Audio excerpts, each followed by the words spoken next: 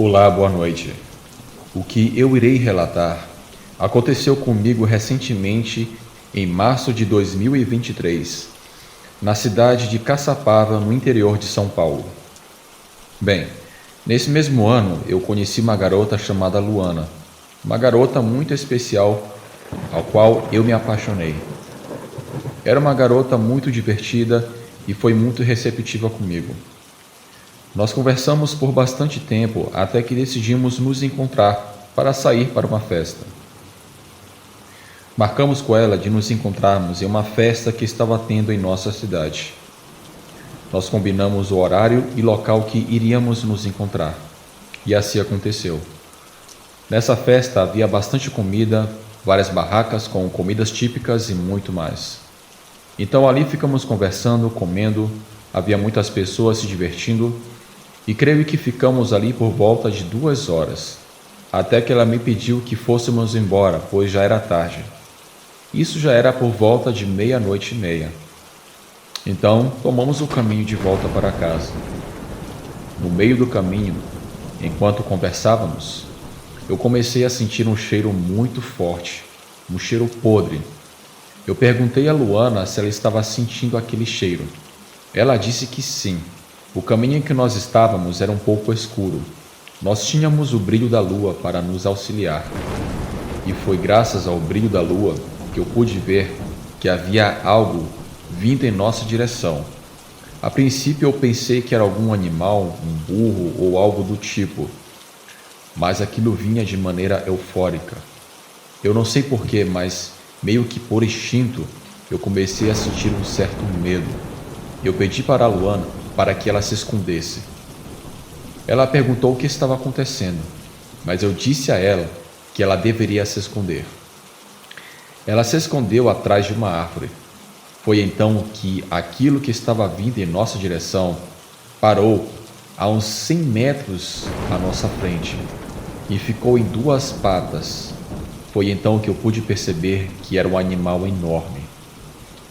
Aquilo olhava fixamente para mim com olhos brilhantes e ao mesmo tempo farejava o ar. Eu pude perceber que era muito grande. Aquilo começou a andar lentamente em 2 patas, até que finalmente eu pude perceber que aquilo se tratava de algo sobrenatural. Por sorte, eu tinha um canivete que eu sempre levava comigo para situações de emergência. Eu o empunhei e fiquei esperando aquela criatura chegar mais perto. Eu me considerava muito corajoso, mas naquela situação eu fiquei paralisado. Eu me dei conta de que aquilo não era um cachorro, mas sim um lobisomem. Aquele animal pulou em cima de mim e me derrubou no chão. Por sorte, com o meu canivete eu consegui empunhar vários golpes no tronco daquela criatura.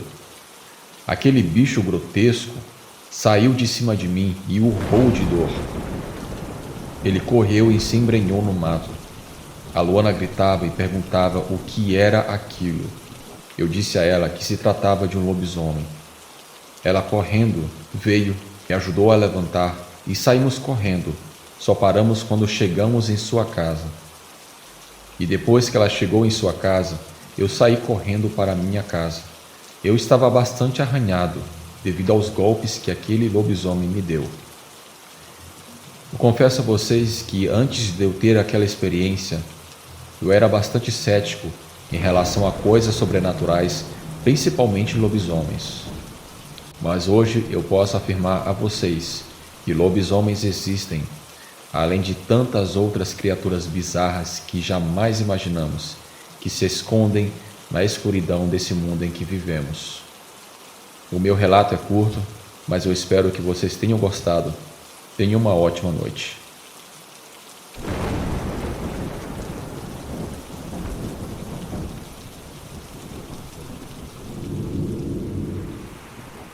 Olá a todos do canal, eu me chamo Micael, eu moro em São Tomé das Letras, em Minas Gerais.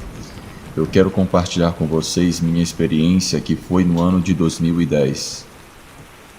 Naquela época, eu trabalhava em uma empresa de logística especializada em peças para embarcações. Eu trabalhava nessa empresa já tinha uns 4 anos. Era um trabalho muito bom, pagava muito bem. Eu trabalhava só de segunda a sexta, porém em turnos rotativos. Às vezes eu trabalhava de dia ou de noite. Durante o período que eu trabalhei à noite, eu nunca tinha visto nada de estranho. Até que uma certa noite, eu tive uma das piores experiências da minha vida. Eu me lembro que em um fim de uma certa tarde, o meu supervisor me pediu para fazer hora extra até as 3 horas da madrugada, pois um dos funcionários do turno da noite ficou doente. Eu estava cansado, mas valeria a pena, pois eu ganharia em dobro. Estendi o meu trabalho até altas horas.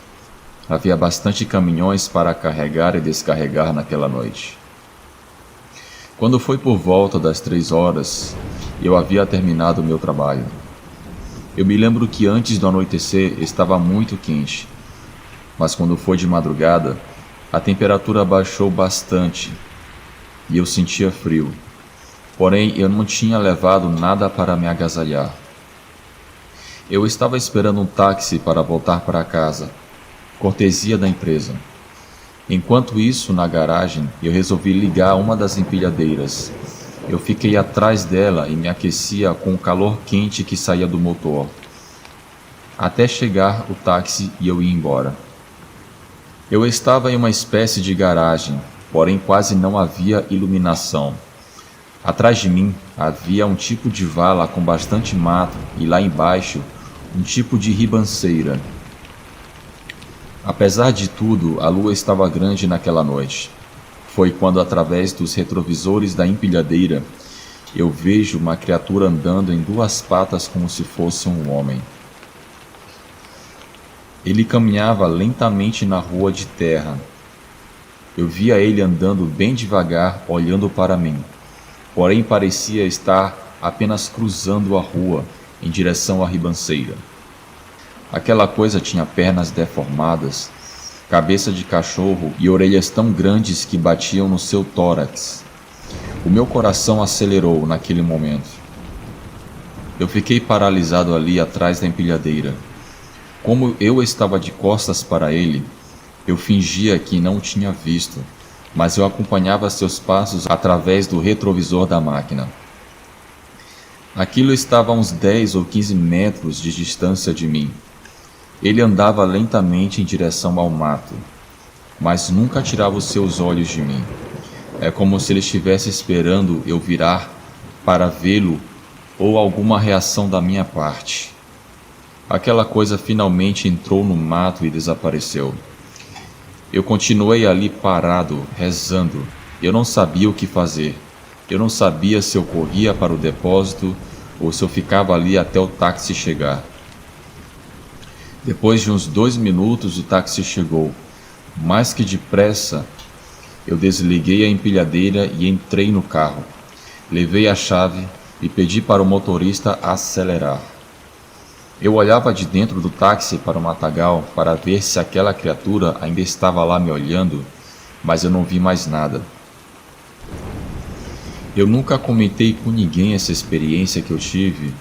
Eu continuei trabalhando naquela empresa por mais alguns anos, mas quando era noite, eu nunca mais esperei meu transporte naquela garagem e nunca mais vi aquela coisa de novo.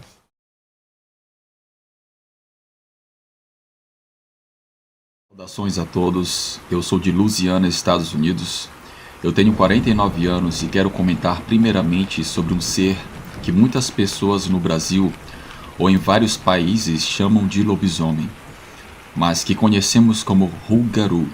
O rougarou é praticamente idêntico a um lobisomem, exceto em alguns detalhes. Essa criatura pode perseguir você por dias, meses ou até anos. Um ser metade homem, metade lobo. Conhecendo um pouco esses detalhes, eu posso relatar o que aconteceu comigo no ano de 2006, em Louisiana, quando eu trabalhava como organizador em um camping para crianças e adolescentes. Era um trabalho estressante, mas eu gostava de estar com as crianças. Eu trabalhei nesse ramo por quase 8 anos, mas uma noite mudaria a minha vida para sempre. Uma certa vez, em um campo de férias, em uma reserva, um garoto de 10 anos acabou se distanciando do resto do grupo. Fizemos buscas incessantes até que no dia seguinte encontramos o seu corpo perto de um rio. Ele estava sem um braço e estava partido ao meio. A polícia disse que foi ataque de um urso. No ano de 2006, eu iria ficar responsável por um grupo de crianças. Elas ficariam hospedadas em uma cabana, e eu passaria a noite em uma espécie de cabine que ficava a 50 metros de distância. Os dias passaram muito tranquilos. As crianças brincavam, fizeram várias atividades, mas quando deu sexta-feira, o pesadelo começou. Quando deu 7 horas da noite, eu e os outros coordenadores do camping organizamos todas as crianças para que fossem dormir. Era uma noite de lua cheia. Eu estava na minha cabine, deitado na cama vendo algumas mensagens no meu celular. Eu peguei no sono, mas quando foi por volta das 2 horas da manhã, eu escutei os gritos das crianças na cabana. Eu peguei a minha pistola .40, que eu sempre levava comigo por questão de segurança, e corri até a cabana. Quando eu entrei no quarto das crianças, eu vi um animal peludo tentando entrar pela janela, mas quando me viu, saiu correndo em direção à mata. Eu tentei atirar, mas não sei se eu acertei aquele bicho, pois ele parecia não reagir aos tiros. Os outros coordenadores chegaram junto com o diretor e perguntaram o que tinha acontecido. Eu disse que tinha visto um animal grande tentando invadir a cabana. As crianças eufóricas diziam que era um monstro, mas o diretor disse que era um urso. Eu voltei para minha cabine, mas eu não consegui dormir naquela noite tentando entender que animal era aquele. Era um animal diferente de um urso ou de qualquer outra coisa que eu já tinha visto. No dia seguinte pela manhã, eu e um outro coordenador conversamos sobre o que aconteceu na noite passada. Eu estava indignado com o diretor do camping ao simplesmente supor que era apenas um urso o que as crianças viram. Eu disse que tinha algo errado naquela reserva. Ali não era seguro. Seja lá o que fosse aquilo, poderia voltar na noite de sábado. O diretor sensatamente pediu que todas as crianças fossem embora. Pouco a pouco, os pais chegaram para buscar os seus filhos, até que não restou mais nenhuma criança na reserva.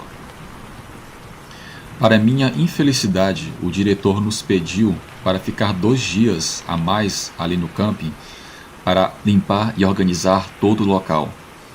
Ele entrou em seu carro e foi embora. Eu e os outros coordenadores, no sábado, começamos a organizar tudo, limpamos, e quando chegou a noite nos reunimos em uma cabine para jogar pôquer, fumar alguns cigarros e beber um pouco. Estávamos ali nos divertindo por horas. Eu me lembro que um dos coordenadores resolveu sair para urinar. Isso já deveria ser por volta de 00:30. Foi quando eu vi ele saindo da cabine e foi para a parte de trás de uma das cabanas. De repente, nós escutamos o seu grito de socorro. Nós levantamos todos assustados. Pegamos nossas armas, mas antes que saíssemos da cabine, ele veio correndo, entrou e trancou a porta atrás de si. Perguntamos o que tinha acontecido. Ele disse que viu o próprio capeta lá fora, perto da janela da cabana.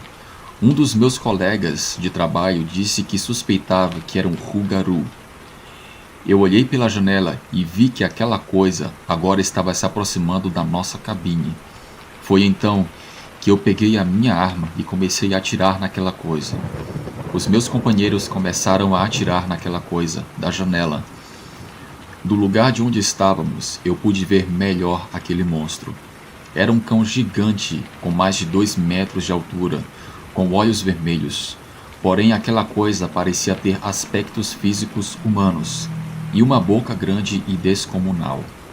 Aquela coisa deu urros de dor e correu para dentro do matagal. Um dos coordenadores disse que não ficaria mais nenhum minuto naquele lugar, e quem quisesse ir com ele, aquela seria a oportunidade. Nós comentamos que era perigoso, mas ele disse que não iria ficar mais nem um minuto ali. Talvez a porta da cabine não aguentaria muito as investidas daquele animal. Então todos entramos no carro. Ele deu a partida e acelerou com tudo. Quando o carro estava saindo da reserva, aquela criatura apareceu de novo, dando um pulo por cima dos arbustos e investindo contra o nosso carro. Meu colega acelerava com tudo, mas aquela criatura não desistia. Estava quase chegando perto de nós. Era possível escutar a sua respiração pesada e um trotar frenético parecido com o de um cavalo nos perseguindo. Foi um pesadelo horrível. Nós finalmente entramos em uma rodovia. Aquela besta foi ficando para trás, pouco a pouco, até que finalmente não vimos mais nada. No dia seguinte, quando eu já estava em minha casa, eu telefonei para o diretor-geral do camping e relatei o que tinha acontecido. E antes que ele dissesse que acreditava ou não em tudo que eu estava dizendo, eu pedi a minha demissão. Hoje em dia, eu ainda sinto que esse rougarou ainda me observa. Por isso, eu sempre ando armado e evito o máximo possível ficar até altas horas da noite fora de casa. Eu dou um conselho para vocês que estão escutando o meu relato. Tenham cuidado ao entrar em bosques, florestas ou acamparem em lugares que vocês não conhecem. Aqui em Louisiana, eu tenho certeza que essa coisa ainda anda solta pelos bosques e florestas, esperando fazer a sua próxima vítima, como aquele garoto encontrado sem vida na beira do rio.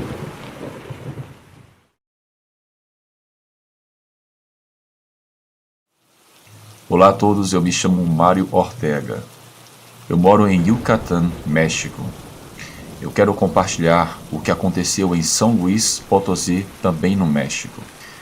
Enquanto eu viajei a essa cidade a trabalho, pois eu era militar, e estava fazendo um treinamento de patrulha e reconhecimento. Obviamente, eu não posso revelar alguns nomes e detalhes por ser um caso muito delicado, em que algo sobrenatural e macabro aconteceu em uma zona rural de São Luís Potosí.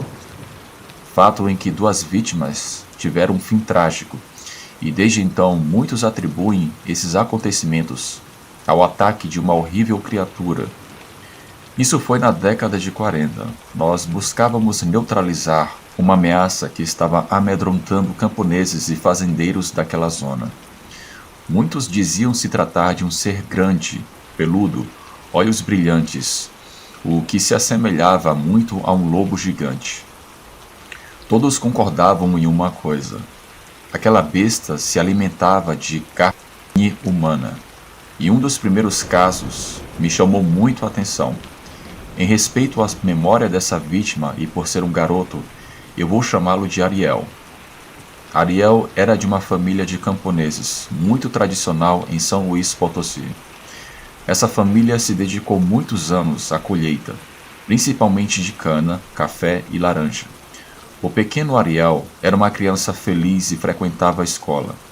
Mas quando ele completou 13 anos de idade, como tradição em sua família, seus pais disseram que a partir da próxima colheita ele iria viajar para o interior para ajudar no corte de cana juntamente com seus irmãos mais velhos e os seus pais. Ariel relutou e disse que queria estudar, mas os seus pais disseram que os seus avós, seus irmãos mais velhos e o seu pai, quando completaram a mesma idade que ele, também foram para a colheita.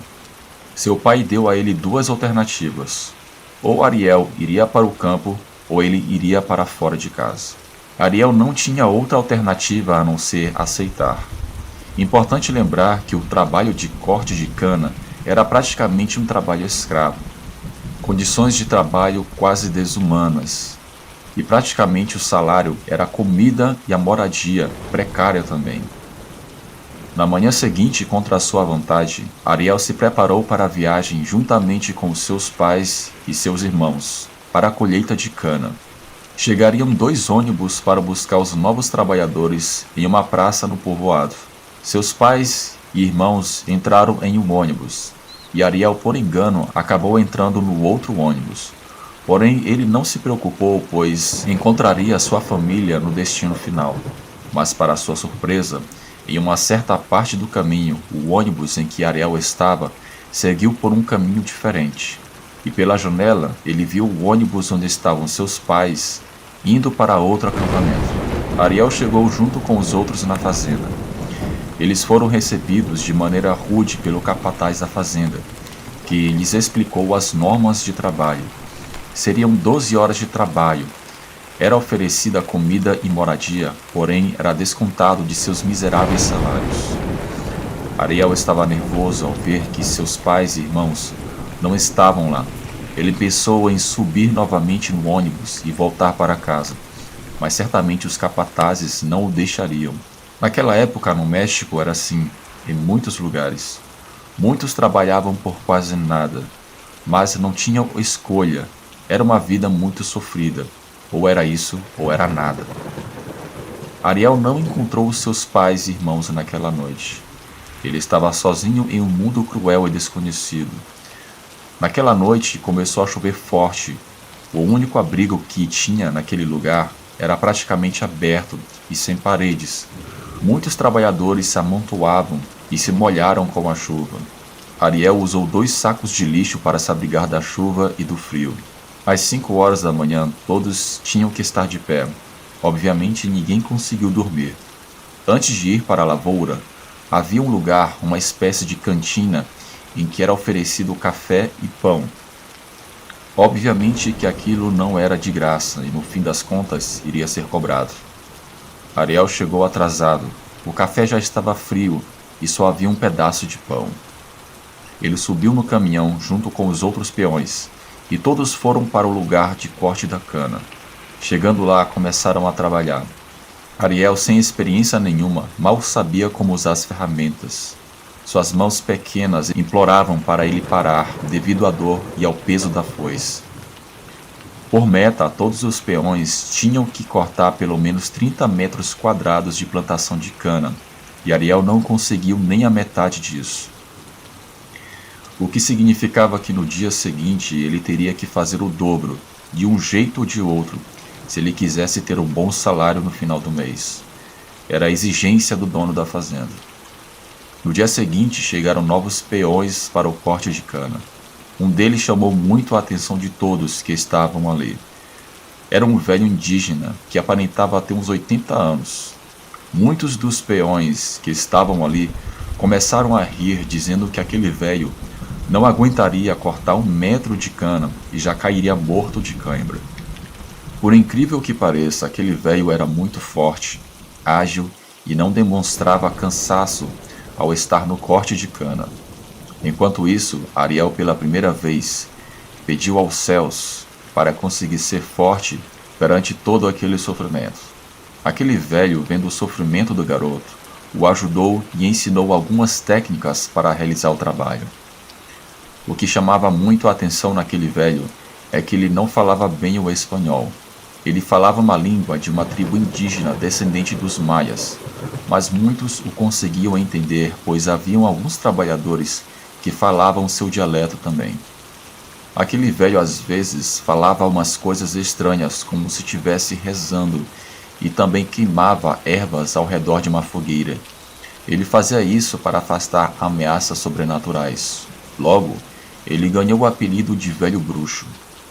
Apesar de tudo, Ariel criou um forte vínculo de amizade com o velho. Ele via uma figura paterna naquele senhor. Depois do trabalho, o velho bruxo lhe contava muitas histórias, inclusive suas aventuras sexuais de quando ele era jovem, e até dava conselhos de como Ariel deveria se comportar com as mulheres. Houve um certo dia em que foi dada uma festa na fazenda, pois o novo herdeiro daquelas terras havia nascido. O dono chamou todos os peões. Foi oferecido muita comida, bebida e até pediu que trouxessem prostitutas que viviam nas aldeias vizinhas para que pudessem satisfazer os homens daquele lugar, uma vez que havia poucas mulheres naquele lugar. Todas elas estariam em quartos improvisados, sem roupa. Cada homem tinha 5 minutos para terem o seu momento de prazer.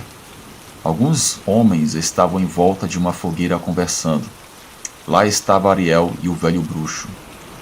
E o velho e os peões disseram para Ariel ir lá se divertir com as prostitutas, mas Ariel, em sua inocência, disse que não queria.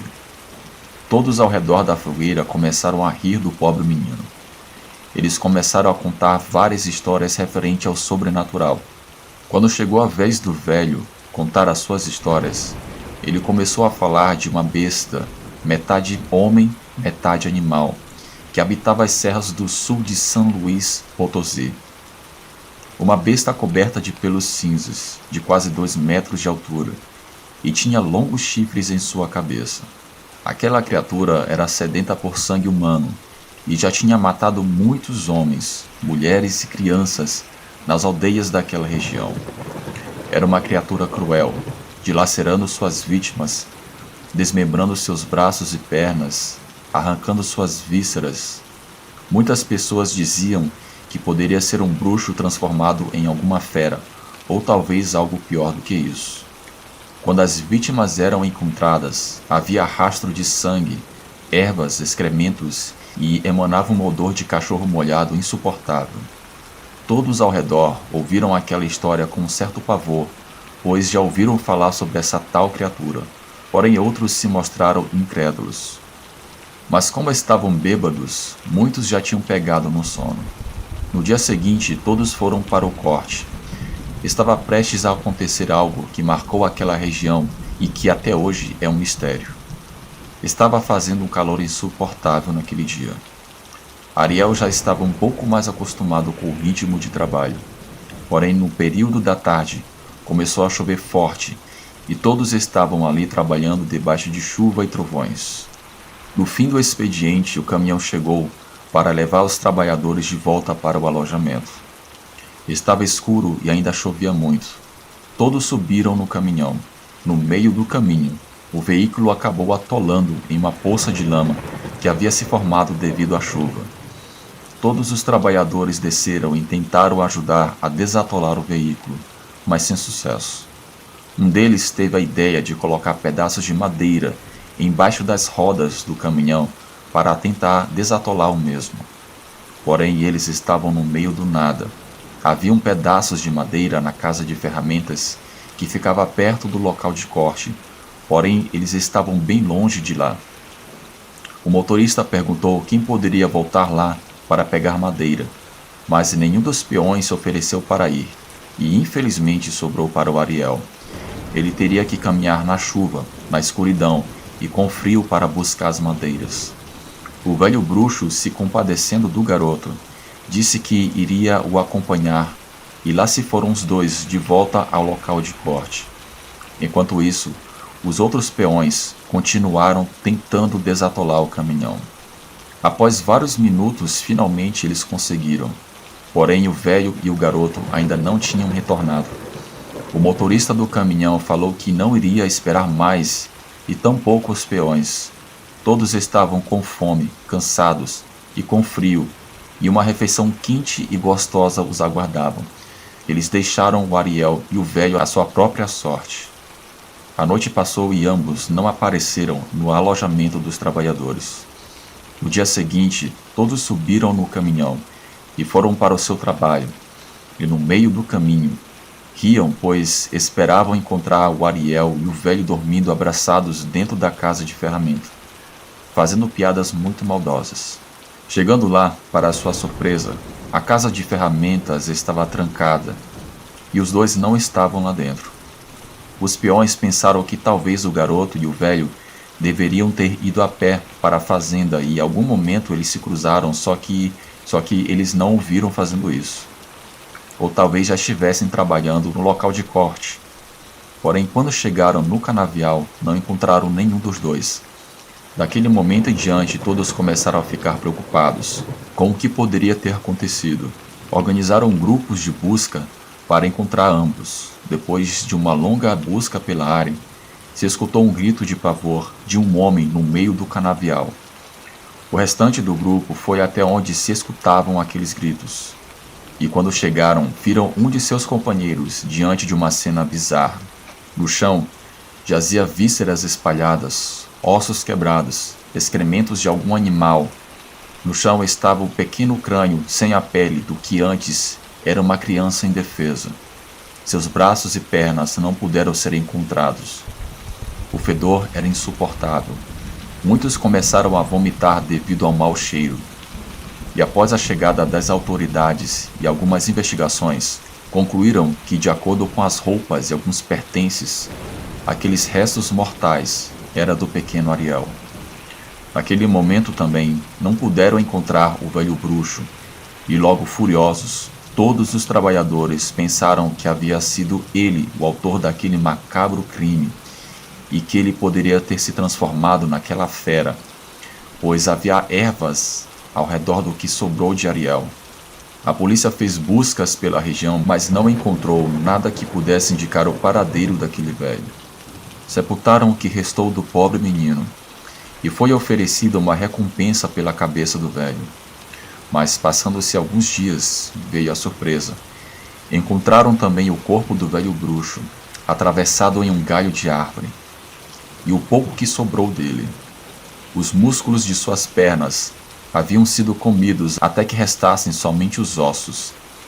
Havia excrementos de um animal que fedia muito. O semblante daquele homem era de medo e parecia estar fugindo de algo antes de morrer. A perícia concluiu que, para se defender, ele subiu naquela árvore, mas acabou encurralado por um tipo de predador. O pânico tomou conta de todos. Naquela região, até onde se sabia, não existia nenhum animal que seria capaz de fazer tal atrocidade.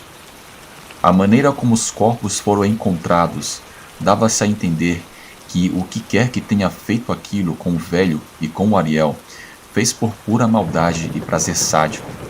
Nenhum animal que se alimenta de suas presas deixaria excrementos junto aos corpos de suas vítimas.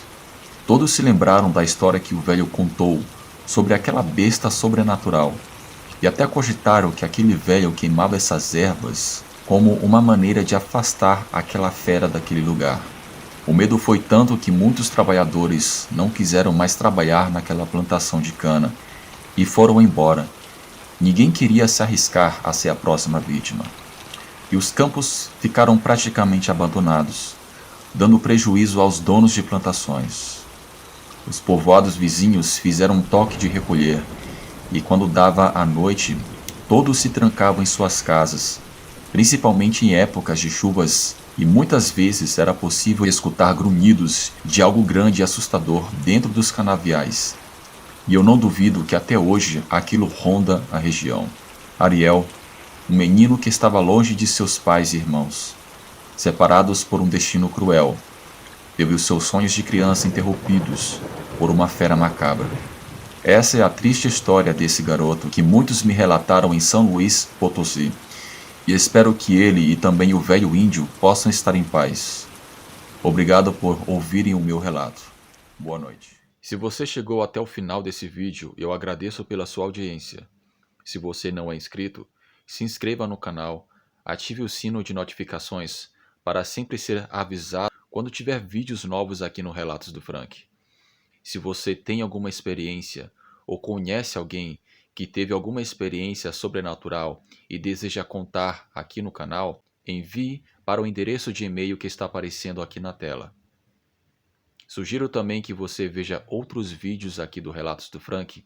Você fazendo isso, você ajuda o canal a crescer e mais pessoas irão conhecer o Relatos do Frank. Forte abraço a todos.